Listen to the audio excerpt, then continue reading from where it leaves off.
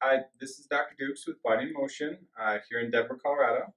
I'm a chiropractor, and we're doing a dynamic tape job for Achilles tendinitis and plantar fasciitis. Um, I really like dynamic tape in the fact that it slows down the motion. It's a little bit more durable. It has way more tensile strength, so it actually will help with the injury healing. So what we're doing here is we pre-positioned her into plantar flexion and putting some stretch on the tape and then gluing it down along the Achilles and posterior calf.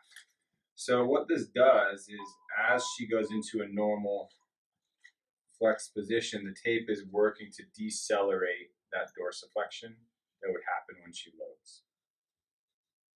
So now you got a little closer look at what the tape's doing. You could run it a little bit further up the calf depending.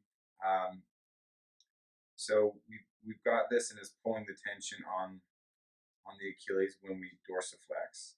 And then I always find it's nice to anchor something around the Achilles itself. So that's what this strip of tape's for. But ultimately what this is going to do is allow her to still walk and run. And it doesn't limit the movement entirely. It just stabilizes it. So where some of the other tapes out there will only work on like blood flow and lymph drainage, this one actually works to really support something.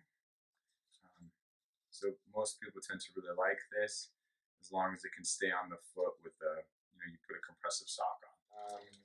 After we tape someone, it's always nice to kind of drive the movements that they're going to do with their calves, whether they run, walk, hike, ski. Just take it through some paces. So a lot of times I put them on a slant board and I'll lock the heel down with my other hand, and I'm going to instruct the patient to move the hip forward and back to drive the, the, the stretch out of the calf.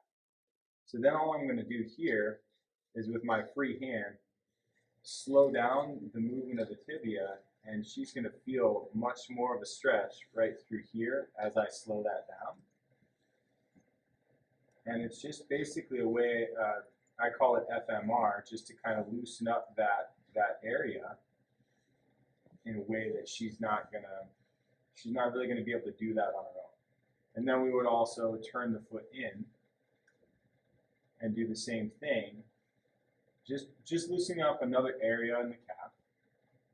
And then we would also then do the same thing, toed out.